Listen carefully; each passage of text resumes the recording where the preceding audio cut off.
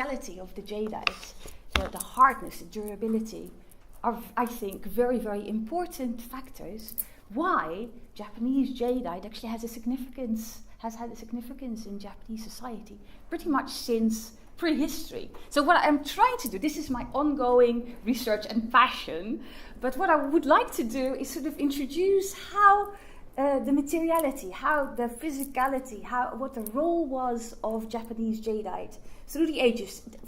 All through the time, I believe that it was considered a very special material imbued with spiritual powers.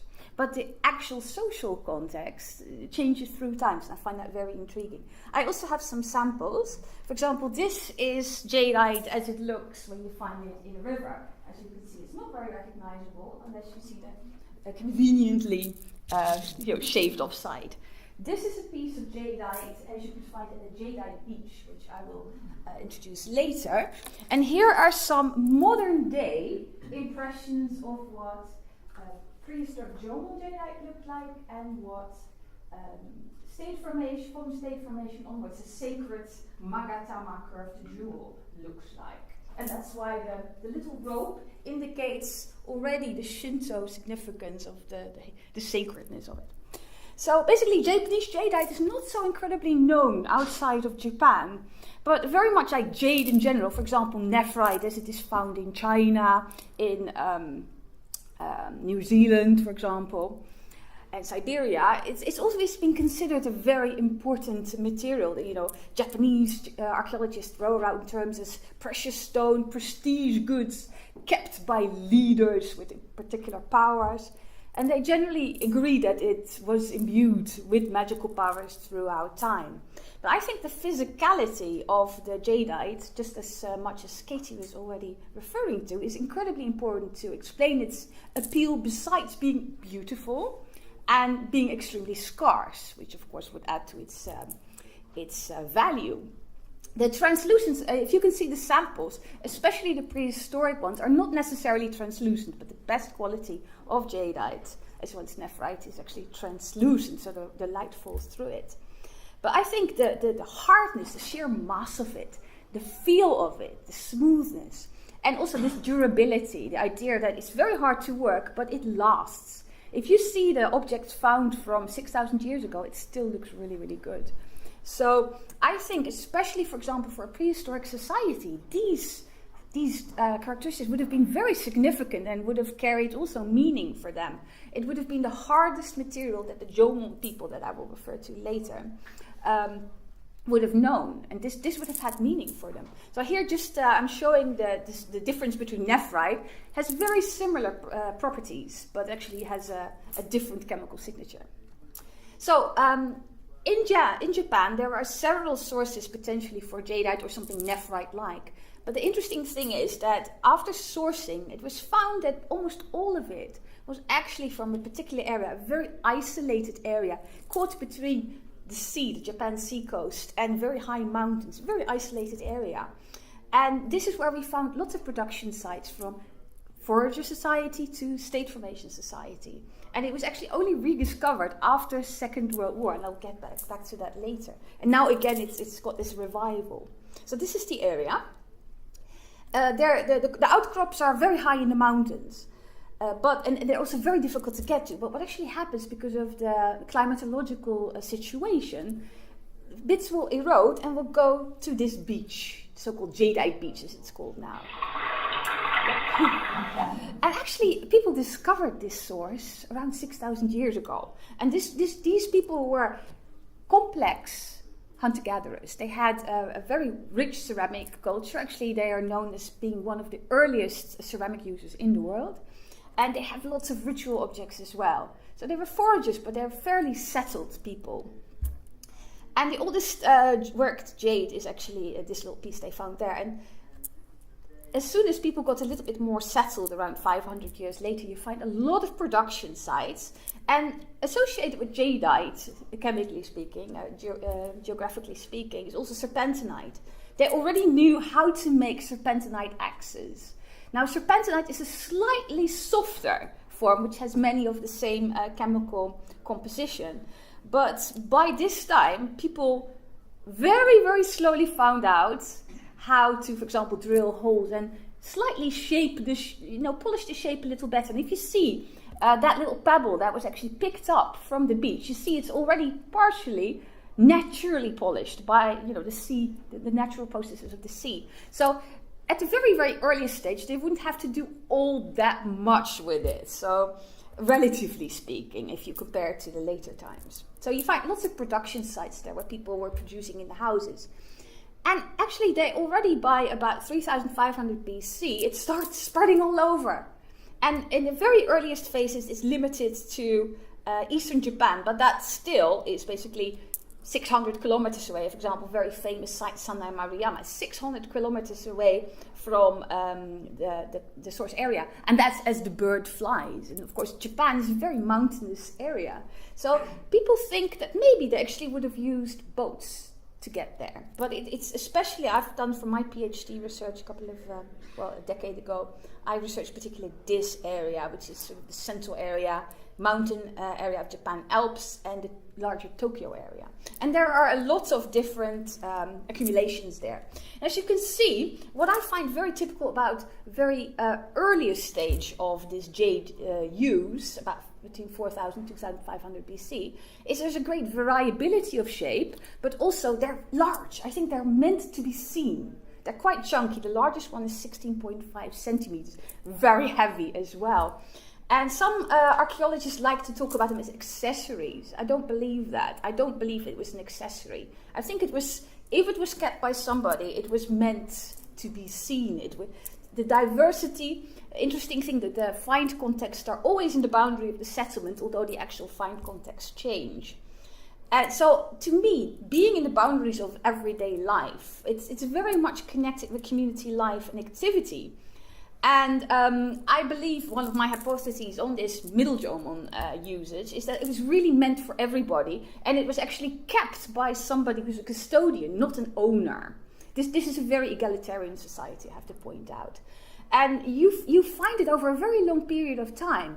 And of course, this limited area couldn't produce all that much jadeite. So I think it was passed on and on and on as heirlooms. And it was actually meant to sort of, support the settlements, the communities, support them in, for example, fertility and prosperity. So I think it was kind of like a guardian object as such.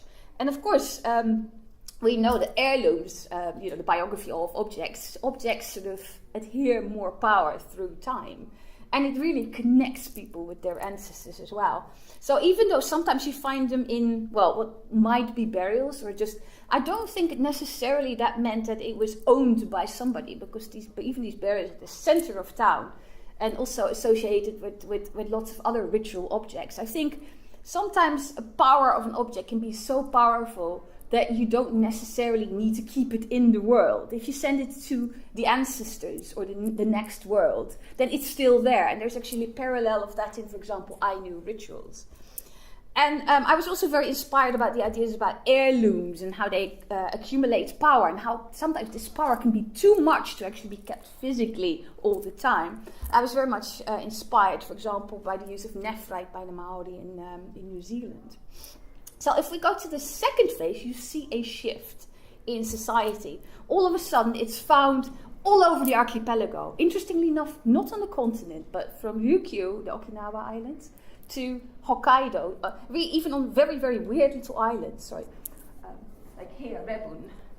You find it spread all over the place, but on the whole, you see a shift also in the shape. They're much, much smaller. They have specific shapes, and they actually form composite necklaces, as you can see on this ritual clay figurine. You can see this necklace over here. And the interesting thing is there's a slight shift in sort of, I think, a little bit of social change has started, because all of a sudden you find lots of these little ones in one burial. But there's actually very limited a number of these burials, with lots of them. And sometimes they're associated with specific ceremonial structures, not with the settlement. So the Japanese archaeologists, there is shamanism here. And they feel that it might have been shamanic leaders that kept these things. And I wanted to take that a step further, and I thought, well, I think it's still a spiritual object which is enhancing powers. But in this case, it's actually kept physically on the body, and sort of enhancing the individual power, which will then be for the greater good of the society. So there's a very lovely reconstruction by an illustrator friend of mine of a shaman is in trance, basically. And shamanist, you have to keep this word very loosely. I'm just trying to explain the concept. Then, all of a sudden, we have a break, because there's a new culture coming in from the continent, and they bring a completely new life ways. They bring rice agriculture, they bring social differentiation bit by bit. They also bring iron technology, bronze and iron technology. And bit by bit, they sort of mix and or replace the Jomon people, the foragers. But after a couple of 100 years, they actually, after having been abandoned, they actually also start producing the Jadeites in the same area, in fact. And you see this shape, and some people say it's a mixture of continental types of adornments and the original Jomon one. And discussion in Japan is still ongoing there. But there are definitely innovations. And what you see is now you definitely start seeing it in elite context increasingly. And because of the rest of society and the associated context, we really see the start of social differentiation very strongly here. And that sort of continues onward to the very famous state formation process of huge mounded tombs, which were reserved for the highest elites. And you see a very strong social stratification in this period. And some of the funerary goods, especially in the earlier period, involve a bronze mirror, swords, and these curved jewels. And I'll get back to that later, because later these stories turn up in mythology. They're mythologized. And there is this, I don't know if you've heard of Gina Barnes, of course Renfrew with the peer-polity interaction. You actually start having kingdoms, both in the Japanese Isles and the Korean Peninsula. And particular in these southern two realms in the Korean Peninsula, you also see the introduction of these. And they become incredibly important in iconic crowns, for example. So they have their local significance there. But what happens then, afterwards, more and more influence from the continent comes in. Buddhism comes. There is a massive change in society. And of course, Buddhism cremates. It doesn't bury people in big, ostentatious mounds. Also, no ostentatious jewelry. So the whole purpose, the whole thing of having these accessories or these attributes for royals completely disappears. There's a completely new style. So what happens is these beads get donated to sacred Buddhist places. This is the very famous Todaiji temple in Nara, and you can see how these pendants were sort of added to this incredibly sacred place, this statue. And actually, what also happens, there start appearing historical, actually mythological accounts at the end of the 8th century. And they start mythologizing the previous rulers as the emperors, which are descended from the sun goddess. And these objects become incredibly sacred in terms of these are objects from the time of the gods, and they're associated with sacredness and the emperor. And that means that people get really scared of these objects. If you find it, you bring it to a temple, either a Buddhist one or a Shinto one, so the real religious experts. So what happens is actually they completely forget that there was a source area and they don't produce them anymore. Until after the Second World War, they make a big road. And with excavations, they discovered it. They're like, oh my God, this stuff was actually from Japan all along. We thought it was from China. So it's really interesting. And in mythology, it's associated with Amaterasu, the sun goddess, who gives these 3 sacred objects of Shinto to her grandson, who is supposedly the ancestor of the imperial line. You can see that leading up to World War II, this kind of thing was really, really abused in ideology. So you have the curved bead, you have the sword, you have the mirror. And also, very, very hidden away, there is still a goddess associated with the Jade River of Itoigawa.